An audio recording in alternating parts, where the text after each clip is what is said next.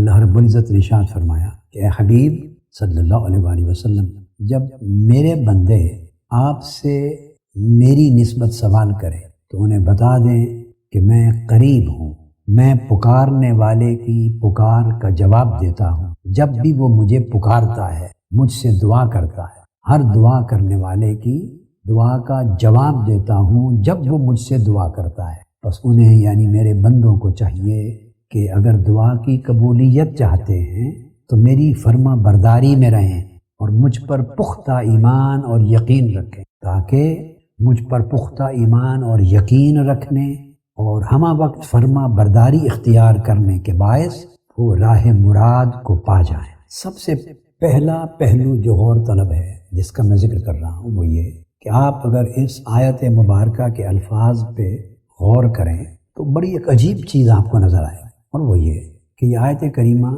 چند الفاظ پر مشتمل ایک مختصر مضمون ہے، مگر اس آیت کریمہ میں اللہ رب العزت نے اپنا ذکر 7 مرتبہ کیا ہے، 7 مرتبہ، اور 7 مرتبہ اپنا ذکر واحد متکلم کی ضمیر کے ساتھ کی۔ جو صیغہ استعمال ہوا ہے اس میں ضمیر واحد متکلم کی۔ اب میں وہ 7 مقامات گنواتا ہوں اس آیت کریمہ۔ پہلے فرمایا وَإِذَا سَأَلَكَ عِبَادِي، عبادی میرے بندے۔ سب سے پہلی بات تو یہ ہے کہ انہیں اذا سألک الناس نہیں فرمایا کہ جب لوگ میری نسبت سوال کریں، چونکہ جب الناس کہا جائے لوگ سوال کریں تو یہ جو عنوان ہے کسی کو کہنا کہ لوگ سوال کریں، اس عنوان کے معنی میں تھوڑا سا بعد ہے، فاصلہ ہے، اتنی قربت اور شناسائی نہیں ہے یہ کہنے میں کہ جب لوگ سوال کریں تو اس لفظ کو استعمال نہیں کیا۔ یہ میں دعا کے راز تک پہنچانا چاہتا ہوں، دعائیں کیسے قبول ہوتی ہیں اور کیوں قبول نہیں، یعنی دعا کیا ہے اور دعا میں رد و قبول کا راز کیا ہے، اللہ رب العزت متوجہ فرما رہے ہیں۔ تو اس طرح کر کے نہیں کہا کہ جب لوگ سوال کریں، نہیں، جس لفظ میں دوری کا ایک مفہوم پیدا ہوتا تھا وہ لفظ نہیں استعمال، عباد کی طرف آ گئے۔ بندے، لوگ کہنا اور بندے کہنا اس میں ایک فرق ہے۔ جب بندہ کہا جاتا ہے تو اس میں بندگی کا تصور آ جاتا ہے، اور بندگی کے تصور میں اٹ سیلف اللہ رب العزت کی بارگاہ کے ساتھ ایک قربت ہے، ایک قریب تعلق ہے۔ اچھا، پھر العباد نہیں کہا، اذا سألک العباد یوں بھی نہیں کہا کہ جب بندے میری نسبت سوال کریں، نہیں، پھر یا متکلم، تکلم کی یا لگا کر نسبت کی فرمایا جب میرے بندے آپ سے میری نسبت سوال۔ تو پہلی جگہ جہاں پر اللہ رب العزت نے اپنا ذکر فرمایا واحد متکلم کی ضمیر کے ساتھ کہ جب میرے بندے سوال کریں، یہ ایک جگہ ہے۔ اس کے بعد اس کے اگلے لفظ پہ غور کریں، فرمایا سألک عبادی انی، میری نسبت سوال کریں۔ قرآن مجید کا جب آپ مطالعہ کریں، ایک ہی آیت کریمہ میں کبھی اللہ رب العزت اپنا ذکر فرماتے ہوئے میرا کا ذکر فرماتے ہیں، میں اس طرح عطا کرتا ہوں، میرے قریب آؤ، میری بات سنو، میرا حکم یہ ہے۔ کبھی اسی آیت میں جمع کا صیغہ استعمال، ہم نے یہ کہا، ہماری طرف پلٹ کے آنا ہے، ہماری بات سنو، تو کبھی یا سے کبھی نا کہہ کر تو صیغہ جمع کے ساتھ۔ یہاں پر اللہ رب العزت نے ایک ہی آیت میں ایک ہی جگہ نہ صیغہ غائب استعمال کیا ہے، ضمیر غائب کی، نہ جمع کی، 7 مرتبہ ذکر کیا اپنا، 7 مرتبہ صیغہ متکلم میں اور صیغہ واحد میں۔ فرمایا جب آپ سے میرے بندے سوال کریں، دوسری جگہ فرمایا انی، میری نسبت سوال کریں، تو آگے تیسرا لفظ فرمایا فإنی، سو انہیں بتا دیں میں قریب ہوں۔ انی، نحنو نہیں کہا، ایک اور مقام پر ہے نحن اقرب الیہ من حبل الورید، ہم قریب ہیں، مگر نہیں، اس مقام پر فرمایا فإنی قریب، یقیناً میں قریب۔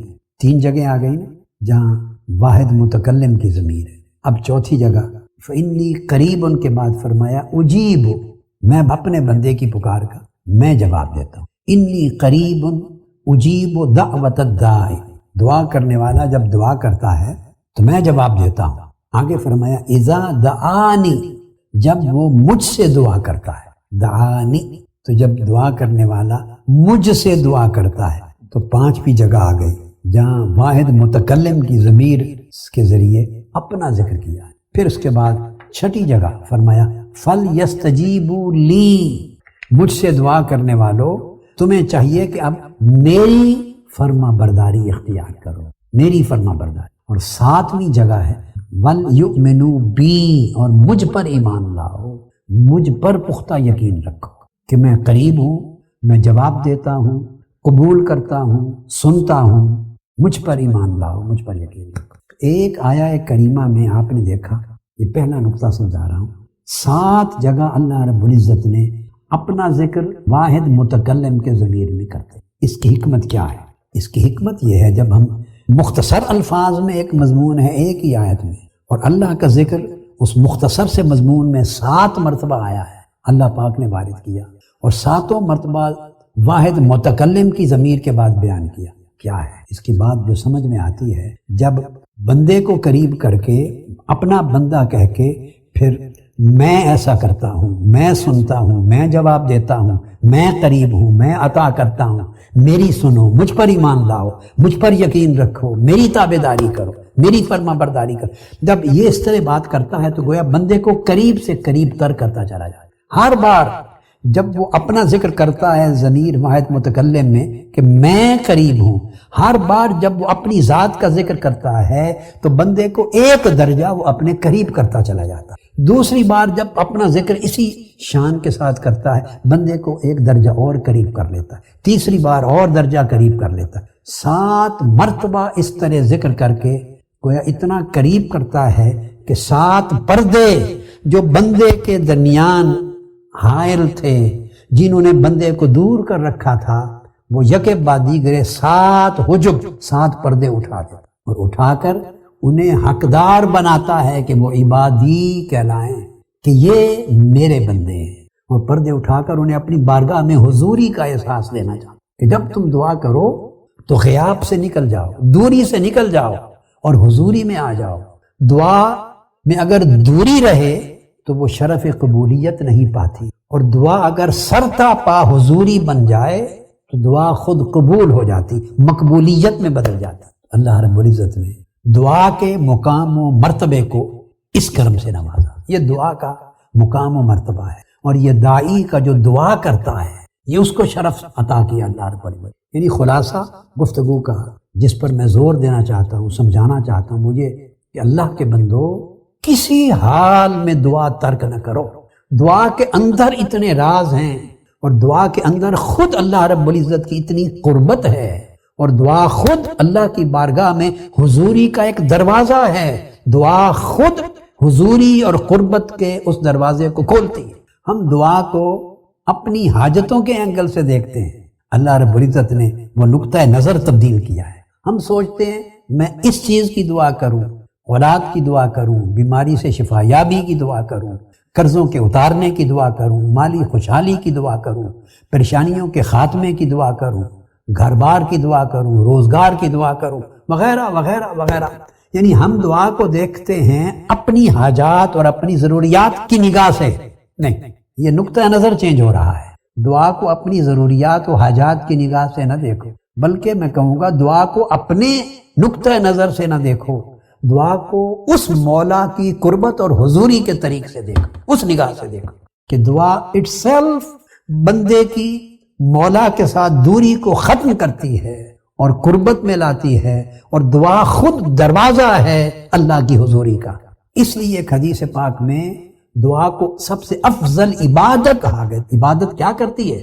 بندے پر اللہ کی قربت کا دروازہ کھولتی، اللہ کی چوکھٹ پہ لا کھڑا کرتی ہے، اور دعا کو افضل عبادت کہا۔ کبھی دعا کو خود عبادت کہا، کبھی دعا کو عبادت کا مغز اور جوہر کہا، مخ العبادہ کا۔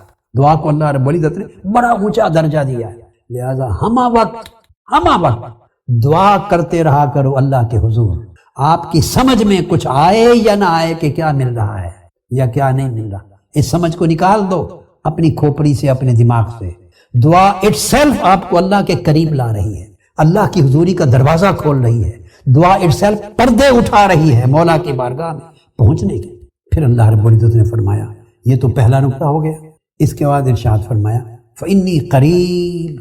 اللہ رب العزت خوشخبری سناتے ہیں کہ میں قریب ہوں، میرے بندوں کو بتا دیں، جب میرے بندے پوچھتے ہیں تو بتا دیں میں قریب ہوں۔ اب یہ جو اس کا اگلا نقطہ سمجھانا چاہتا ہوں، وہ یہ کہ یہ فإنی قریب، یہ جو اللہ رب العزت نے خوشخبری سنائی ہے، اس کا بھی ایک موقع ہے، اس کا شان نزول ہے۔ کوئی شخص آقا علیہ الصلوۃ والسلام کی بارگاہ میں آیا اور اس نے آ کے عرض کیا یا رسول اللہ، یعنی یہ ایک سوال ابھرتا ہے کہ جب بندہ سوال کرتا ہے اللہ کے حضور تو اس کے ذہن میں اسے شعور ہو یا نہ ہو، یا شعور میں یا لا شعور میں ایک خیال آ سکتا ہے، ہوتا ہوگا کہ اللہ کہاں ہے، میں جس سے مانگ رہا ہوں وہ کہاں ہے، اس دعا کے وقت وہ میری آواز، میری طلب، میری حاجت، میرا چیخ و پکار، میری گڑ گڑاہٹ سن رہا ہے یا نہیں، وہ میرے کتنے قریب ہے، کہیں دور تو نہیں، میں کہاں ہوں وہ کہاں ہے۔ انسان اس رشتے اور تعلق کو سمجھنا چاہتا ہے، خواہ شعوری طور پہ خواہ لا شعوری طور پر۔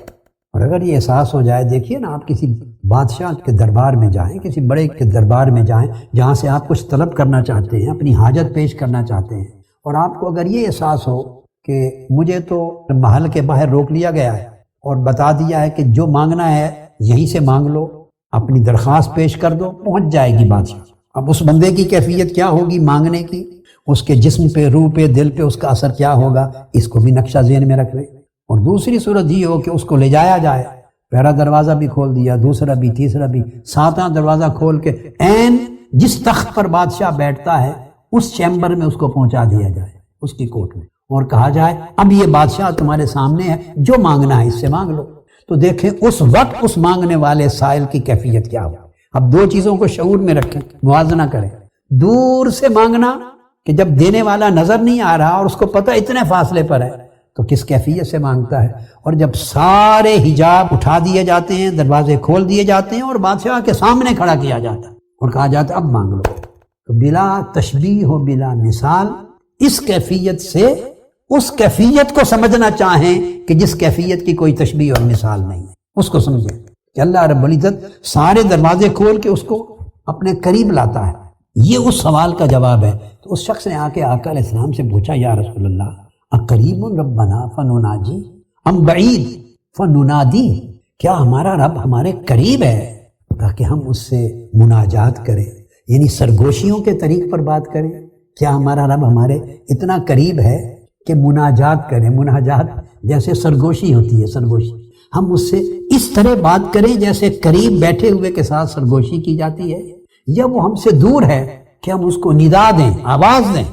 آواز دینا اور سرگوشی کرنا دونوں میں بڑا فرق ہے۔ سرگوشی میں قربت ہے اور ندا میں بعد ہے، فاصلہ ہے۔ یہ سوال کیا، اس پر یہ آیت کریمہ نازل ہوئی، وَإِذَا سَأَلَكَ عِبَادِي عَنِّي فَإِنِّي قَرِيبٌ۔